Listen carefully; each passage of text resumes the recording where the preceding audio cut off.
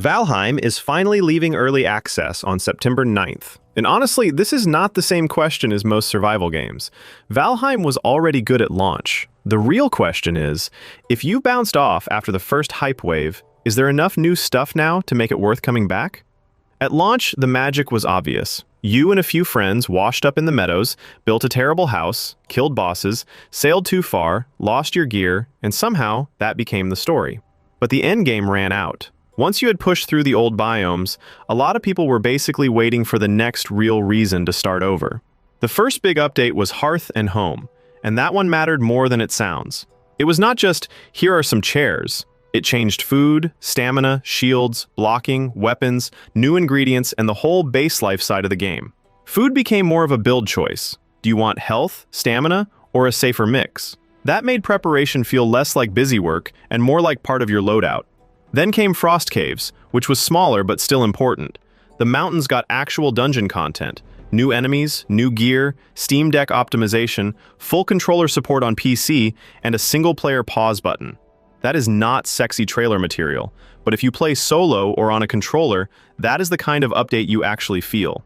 Mistlands was the first giant answer to the "is there more to do?" problem. A full new biome, fog you have to push back with wisp lights, new creatures, a boss, dungeons, magic, new crafting stations, new food, new weapons, new armor, and a lot of new building pieces. It changed the late game from "we finished plains, now what?" into a real next chapter. Hildir's request was not as flashy, but it fixed a different problem: control. You got a new merchant, new locations, 3 mini-boss dungeons, world modifiers, quick stack, and manual building snapping. The world modifiers are the big one. You can make Valheim easier, harder, more casual, more brutal, change raids, resources, portals, and basically tune the run to your group instead of pretending everyone wants the exact same suffering. Then Ashlands finally gave Valheim the angry endgame biome it had been missing. Boiling seas, fortresses, siege tools, new materials, new weapons, new armor, and a pile of enemies that are very happy to remind you this game still hates arrogance.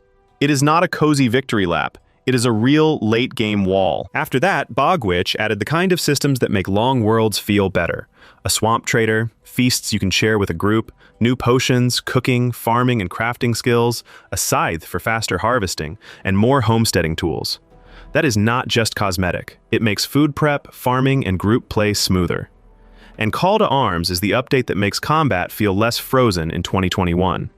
Trinkets, adrenaline, perfect blocks, perfect dodges, rebalanced powers, training weapons, a new skill, new creatures, weapons, armor sets, and combat improvements. Valheim is still simple, but now there is more going on than just holding block and hoping the troll respects your personal space. So where does that leave it? Valheim has grown a lot. Not in a live service way where every month adds noise, but in big chunks that actually change a playthrough. Better food, better building, controller support, custom worlds, more dungeons, Mistlands, Ashlands, combat systems, shared feasts, and now Deep North. The catch is obvious. 1.0 is close. September 9th adds the final biome, Deep North, with new enemies, bases to build, weapons to craft, PlayStation 5 and Switch 2, and full crossplay. So if you want one clean, fresh run with the whole map finished, I would wait. But if you stopped years ago because it felt like the road just ended, that is not really true anymore. Valheim did not become a different game. It became a much more complete version of the game everyone thought it could be.